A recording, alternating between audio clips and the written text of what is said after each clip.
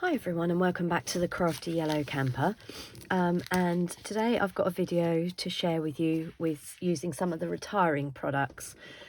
We've come into that point in the year with Stampin' Up where we are eagerly anticipating a new catalogue.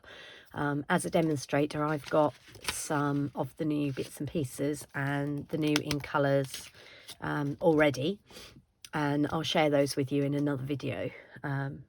I've got a few bits and I want to do an unboxing, so I'll share those with you then. So look out for that video to come.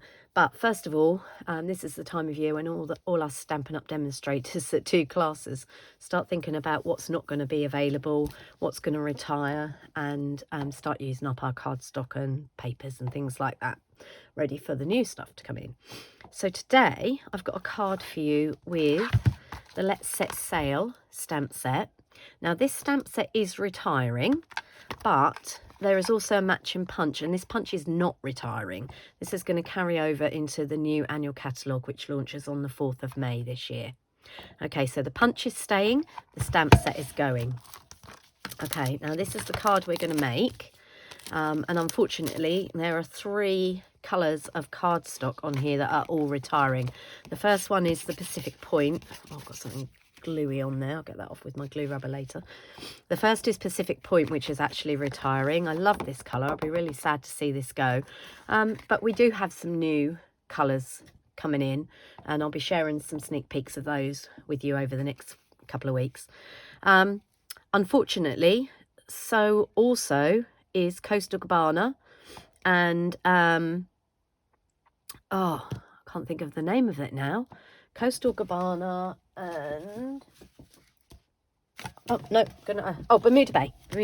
I just remembered. Bermuda Bay, Coastal Cabana and Pacific Point are all retiring, so they're sort of part of my stock of blues and bluey greens really. But you will see that there are some lovely colours coming into not replace, well, they are replacing them, but not with the same, but just slightly tonally different. And as I said, I'll be sharing those with you over the next coming weeks. So let's get started and get this card made. I've got a couple of tips and tricks for you while we're making this. You have to excuse me, my desk is a huge mess. I've got kits being made up, I've got new stuff, I've got old stuff, and it's all a bit of an avalanche. I need a bigger desk really. Anyway, right, okay, so we're going to start with a base of Pacific Point, and this is half of an UK A4 sheet. If you are watching from America or anywhere else, half of your sheet cut lengthways would do the same thing. Okay, I'm just going to fold that in half, and I'll have to ask you to excuse me. I sound really snotty. I'm not snotty. Here in the UK, it's hay fever season. In fact, to be fair, hay fever season seems to last the entire year for me. If I'm lucky, I get about 2 months off over the winter. But we've got the trees are all bursting into blossom. We've got flowers coming up. And if you're watching from anywhere that's still covered in snow, I feel for you. Right, okay, so that's our base. So as I said before, that's half of a UK A4 sheet cut down the centre. So if you're in the UK, that's cutting at 10.5 centimetres. One thing I just wanted to say, if you watch my videos regularly, you might notice that I don't actually score to fold my cardstock in half. A lot of people do. There's a reason I don't. It's because if you actually measure a sheet of UK cardstock, I don't know about the American cardstock, they actually give you a little bit of leeway. So although we're folding it in half, so I would normally have scored that at 14.8. If you actually look at your sheets of paper, they're not always exactly 2 times 14.8. I hope that makes sense. So I always fold mine to make sure. Now, I know there is a certain thing amongst the crafting community that the front is supposed to be very slightly shorter on the opening side than the back, but I don't like that. Okay, so that's our base. And then what we're going to do, we're going to bring in a piece of Whisper White. No, basic white. Hasn't been called Whisper White for a little while. And we are going to do some stamping. Okay, now that's just a scrap piece. I've already stamped on that and mucked that up. So you'll see in a little while what I'm going to use that for. Okay, so here I have some soft suede. And again, sadly, this is another retiring colour. This is one of my go-to browns, I have to say, and I am very upset that this is retiring. Again, we've got several in the blues retiring, and we've got several in the browns retiring. Okay, and what I'm going to do, this is the sort of land mass shape from the stamp set, and I'm going to use this exactly as a land mass. Now, I'm left-handed, so I tend to do things backwards. So what I've done is I've inked up sort of 2/3 of the stamp, if you like, and I'm just going to stamp it off to one side. Just give that ink a minute. And I want to actually use this as my land mass for my yacht to be sailing away from. And you might notice, the eagle-eyed ones of you there, that I just turned that over. As I said, I'm left-handed, so I'm a bit cat-handed. And sometimes find things easier to do upside down, if that makes sense. Okay, so on this, I'm just going to grab my blending brushes. I'm going to bring in some colours.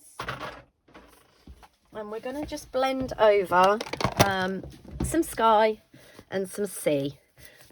Now, this is very much a do what I say and not what I do video, because you'll be copying all my bad habits otherwise. So I'm going to start with a little bit of Bermuda Bay, which is the darker colour. If you are going to be a bit naughty like me and use the same blending brush for more than one colour, always start with the lighter one. No. Yeah, I usually start with the lighter one, but we're going the other way around. So what we're going to do, I just want to take off this stark whiteness. So I'm just going to just using small circular movements, and I want some white patches because I want it to look like clouds. And again, I'm going to turn it upside down. Don't get yourself at silly angles trying to do things. If turning it upside down makes it slightly easier, then turn it upside down. Okay, so that's our Bermuda Bay. Now, because I did that the wrong way around, you should start with the lighter colour and then it doesn't affect the dark colour. If you start with the dark colour and then put your brush on the lighter colour pad, it could mark it. Okay, so I'm now coming in with some Coastal Cabana.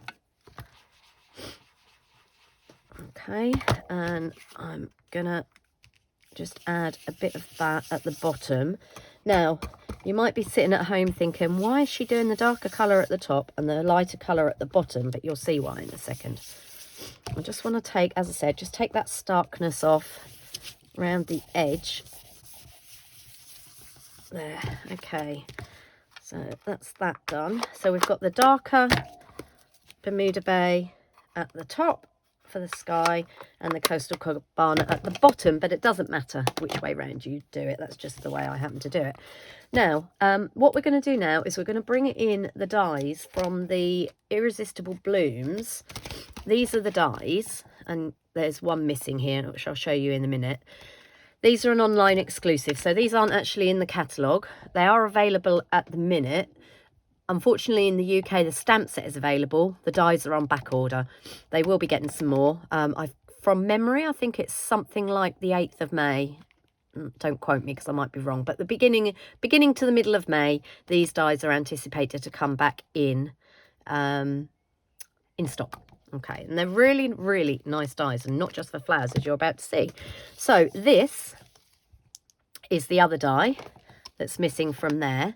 And I've left it with some cardstock in it for a reason, because I wanted to give you a top tip on this. So with these kind of dies, they bend if you just put them on your die cutting machine and run them through like that from front to back. They can bend. If you put it in like that and run it front to back, it will bow the die.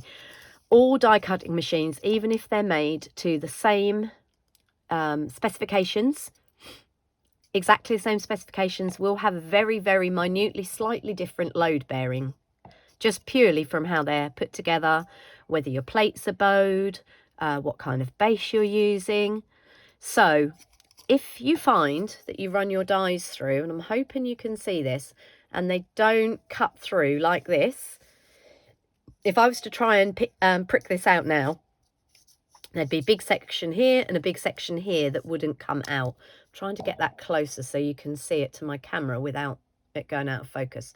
Right, hopefully you can see that. So if that happens, leave your cardstock in the die and run it through in a different direction. Give me 2 seconds and I'll show you. So I'm just stepping over to my die cutting machine. Unfortunately, my desk is not big enough to have it on my desk. So I'm just running this through at a different angle. So it's gone through once already and it didn't cut through properly. So I've just run it through at a different angle. Okay, back again. And hopefully you can see that that has now entirely cut through. Okay, so the other good thing with our dies is sometimes if you were to not realise that it hadn't cut and then go to take it out and it didn't come out, because they're good quality dies and they're raised, you can often get it back in again.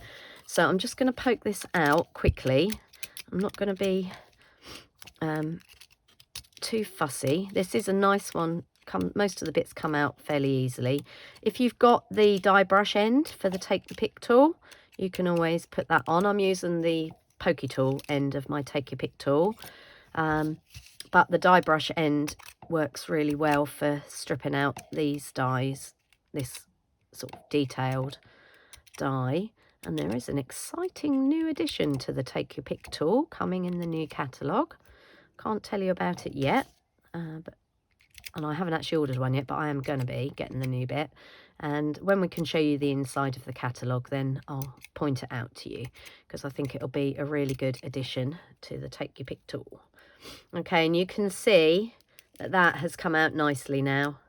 Now, the other top tip I wanted to give you is that you do really need to pick your dies out. So you can just see that there are a few little bits of Coastal Cabana cardstock left in there, but you can see more easily if you flip the die over. Now, I always make sure I pick out all those little bits from my die in between each pass, because what happens if not is some of the more stubborn pieces, like this piece here, they actually end up building up, and that can stop your die cutting properly. Okay, so you can see, oh no, I did miss a piece there. It's always one little tiny piece gets left, and there's another piece there. So it is worth taking the time between passes. You can see that's completely clean now. There's no cardstock left in there. It is worth taking the time between passes to use your pokey tool and make sure you've weeded out all the pieces that have been cut. So I'm just going to pop that back in there so I know where that is.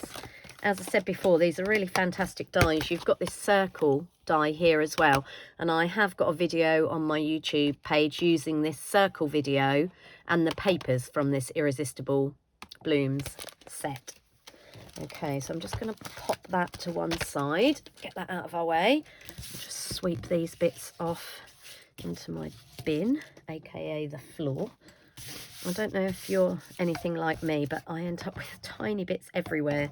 I try and hoover out my craft room fairly regularly, and there's always bits of paper everywhere, because I find if I don't, they get attached to the bottom of my slippers or my feet, and then I end up walking them around the entire house.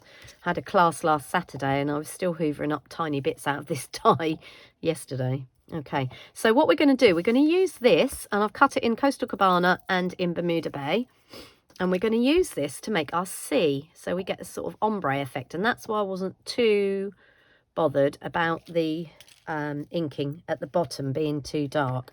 And obviously you might have a few escapee parts that don't come out, so just make sure you've pricked everything out on your dies. There's nothing more annoying than getting it stuck down and then finding that you've missed a bit. Okay, some bits are just a little bit more stubborn than others. Do you know, those are the bits that I was just picking out of that die, so they came out on the last pass, but not that one. Okay, right, so that's a couple of top tips for you there. Let's just get rid of those. Now what we're going to do, we're going to add these to our stamped and blended piece. And again, the beauty of these is that you can, I mean, if you've got our adhesive sheets, you can absolutely run them through on the back of your cardstock to make this a sticky die. But it is quite a difficult one to get the back off, I find, using adhesive sheets. So they have very kindly strategically placed these dots that you can just go along.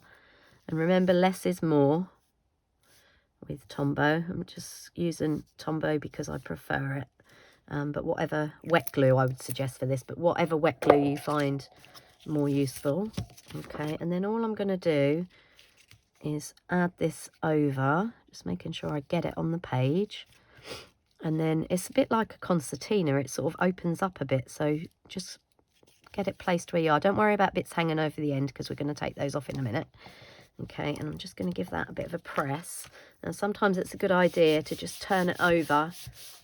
Now I always get sticky inky fingers, so I just turn it over and use the sides of my hands. And then we've got so that's our Bermuda Bay piece, and then we're coming in with our Coastal Cabana, which is lighter. And again, all I'm doing is just putting a tiny dab of glue on the backs, and you don't have to do every dot, but just, you know, evenly spaced along the length, because we do want it to stay stuck to our card after all.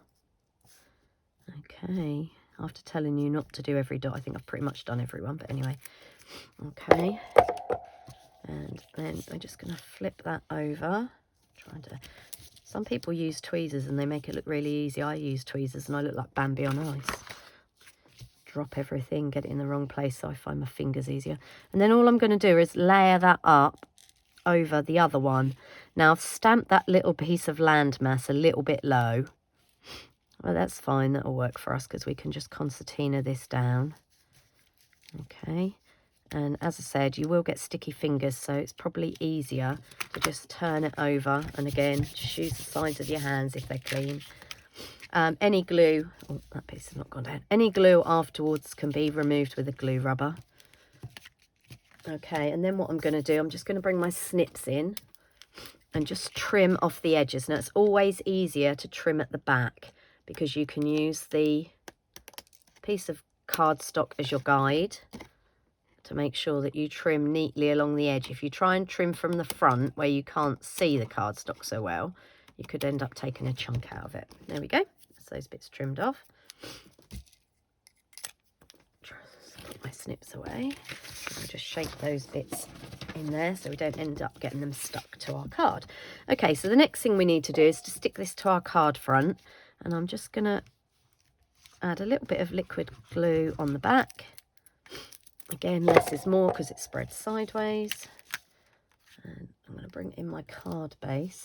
Now, one thing I always suggest is opening up your card bases because then they don't bounce, which makes it slightly easier to line it up. Okay, and we've got a small increment around the edge. I should probably say, if you're in the UK, this matte layer that we've been working on is 14.3 by 10, and then that just gives us a little edge of the pool party showing.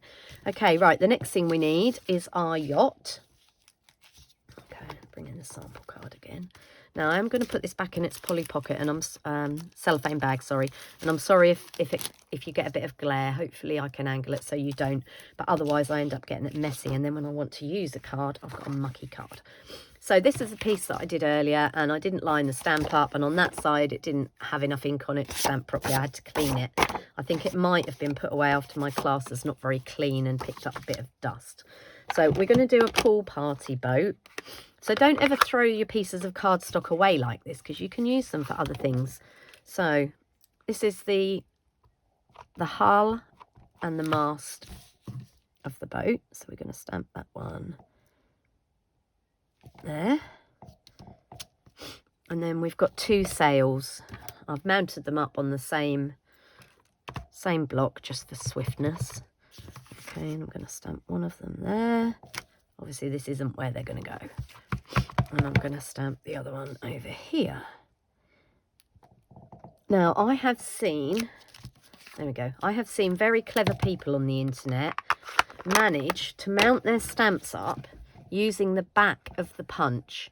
And by that I mean they lay their stamps, their photopolymer stamps, over where the punch is going to cut out, and then put a block on top and turn it over and manage to get it in the right place so they can punch the whole lot in one go. I've never achieved that. I've tried, but never managed to get it right. So I find it easier just to do it this way. So the other thing I wanted to make you aware of with Stampin' Up punches, especially builder punches like this one, where you've got 3 or more elements on the same punch, it's very wasteful of your cardstock to just slide in your whole piece of cardstock and punch. And you can see here I've got the boat and I've got the 2 sails. Now, in order to get the boat out, I've got to punch there. And you can see where I've stamped that sail on the left-hand side, it will just cut that out and cut a big hole in my stamp section. So I find the easiest way round that is to trim, and you just need to leave enough that you've got a handle, and then that way you can use a smaller scrap of cardstock to punch all of your elements out. So you can see I've got a tiny little piece of cardstock hanging out at the top here, and that's what I'm using for a handle. And I'm just lining that up. Now, the other good thing about our Stampin' Up punches, if you didn't know this, is if you squeeze them part of the way down, they will hold your piece of cardstock. You can see that's not sliding, but it hasn't cut it yet. And when you're happy with the position, then squeeze it all the way down.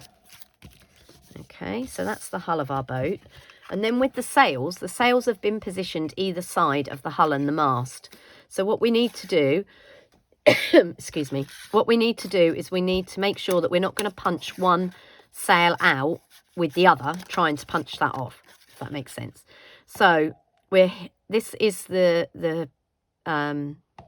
front sail of the boat, or for those of you with boating knowledge, the spinnaker or the foresail.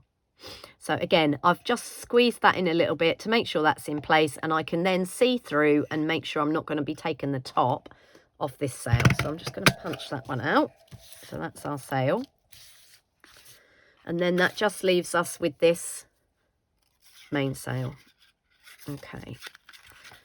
Which means I can now punch that. Whereas if I'd have just put that whole piece of cardstock in that I'd stamped on, I would have punched right through this sail trying to get the hull and the mast punched out. Okay, so that's my top tip. And if you have another tip, I'm just going to show you this piece again. So for instance, imagine I hadn't punched out of this and I just stamped one of the sails on the corner there, but the piece of cardstock had been cut off there and it wasn't quite big enough for me to have a handle to hold on to, just to move it around in the punch to get it in the right place. What you can do is take one of your scraps, just put a little piece of tape runner, seal or seal plus or whatever onto the end of it, and then you can stick it to the back and then use that as your handle for moving your piece of cardstock around, which again enables us to use up smaller scraps of cardstock without wasting too much. Okay, right, so we've got our hull and we've got our sails. So I'm just going to turn those over. Now I'm going to use some dimensionals because I want to raise the boat up a little bit. Honestly, today is a day for top tips. So what my other top tip in this video is always to use your edges on your dimensionals. I think most people know to do this anyway, but in case anyone that's watching is a new crafter, always use your edges up. So once you've taken the little hexagons of the dimensionals off the sheet, you'll be left with an edge all the way round, and we like to get value for money, so we like to make sure we use it all. The other advantage of that is that if you need a really small piece, you can cut a really small piece. Now these are mini dimensionals, and you might notice that I used a different pair of scissors. We don't actually sell these at Stampin' Up. I keep hoping every time we get a new catalogue that they will, but they're actually Teflon coated, so they are non-stick, just like your frying pan. And when you're cutting when you're cutting sticky things, it's always a good idea to have non-stick scissors. Okay, so you can see I've used some bigger pieces on there, but we need some really narrow pieces for the mast on the boat. So on these mini dimensionals, some of the bits are really narrow. And I'm going to use that for the... Oh, it'd help if I stuck it on straight, wouldn't it? I'm going to use that for the hull of the boat. And then I need an even narrower... Sorry, you can't see what I'm doing. An even narrower piece to go at the tops of the sails and on the mast. So what I'm going to do is just snip, literally snip one of these edges. You can see how thin that is, in half. And that means that I can position that on the back of the mast. And then I can do the same thing with a smaller piece on the top of the sails where they're skinny. Okay. Right, so what we want to do first is position our hull and mast of our yacht. I always think yacht is one of the funny words in the English language that is spelt completely unlike how it sounds. And what we're going to do, we're going to just stick that on there like that. So we've got our hull and our mast, and I've positioned it just slightly on our bubbly water. Okay, I'm just going to flick the back ends off these. So this is our jib or spinnaker. Okay, and we want that attached to the mast because sails don't flap about without being attached to the mast. And the same with the mainsail. So for those of you that hadn't guessed, I do actually come from a sailing family. Okay, so there's our mainsail, and we want to make sure that that lines up with the bottom corner of the foresail and again is attached to the mast. Okay, so there's our boat there. And then the final little piece that I just wanted to add to this were some of the birds. I'm just going to grab a small block for this. Always use a smallish block. Don't use a ginormous block if you are stamping something small, because it will be easier to get ink surrounding what you're stamping on, she says. Okay, I'm going to have to clean one. I don't know where all my blocks have gone. As I said, I had a card class last week and it's pretty manic during the week for me with my day job, looking after children all day. So we had a busy weekend. I did the class on Saturday, and then we went mountain biking on the Sunday, and I managed to fall off into a very large muddy puddle. If anybody has ever seen The Vicar of Dibley, which is an English sitcom that was on a while back with Dawn French in it, the puddle was like the puddle she falls in when she's out for a walk. Okay, right, and I'm just going to bring in some smoky slate just to stamp our birds, because we just want a very pale image.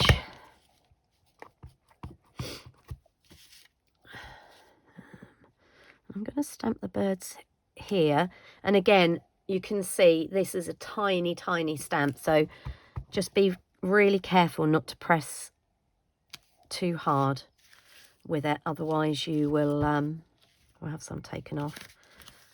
Again, turn the card round if it makes it easier for you. I'll have some taken off from the ground. Okay, they sort of look like they're flying sideways, but birds do look like they're flying sideways when they take off. Okay, let's brush those bits over there. And the last thing I need to do is add a sentiment. Now, I'm not going to do it on this card because I don't know who I'm going to send this to, but I'm just going to bring back in my sample card and show you. Now, what I actually did was I stamped the sentiment directly onto the card and messed it up. Because unbeknown to me, when I inked it up, I'd picked up the backing off a dimensional, which is another reason for getting them off your desk as you craft. And so part of a backing of a dimensional went over the R on ever. It says, hope it's your best day ever. So the quick fix for that, because I'd done all this work and I didn't want to have to throw it all away. The quick fix was just a scrap of cardstock that I stamped it on again and then just cut it diagonally. And that was my fix for that. Okay, so the other thing that I'll obviously do after I've finished this video is just... Oh, actually, no, let's do it now while we've got that. I'm just going to take a piece of white cardstock, and you can stamp whatever you like in it, but I'm just going to stamp some birds just to give us a little bit of something inside. Oh, you can see there, look, I've smudged it. Okay, there we go, that'll do. And then we're just gonna... I'm terrible for doing this when I'm recording videos, for saying, oh, and after this video I'll stick an inside in it. I put everything away, forget, and then when I need a card I get it out and think, oh, it's not got an insert in it. So I'm trying to be good and remember to do it as I go along. Okay, so we're just going to stick that in there, and I could cover up my little error there You can't even see it from that angle. I will bring it up and show you. So this is what happens. Where are we? There. This is what happens if you press too hard. You get what's called ghosting or shadowing, which is the edge of the stamp picking up ink because I pressed too hard.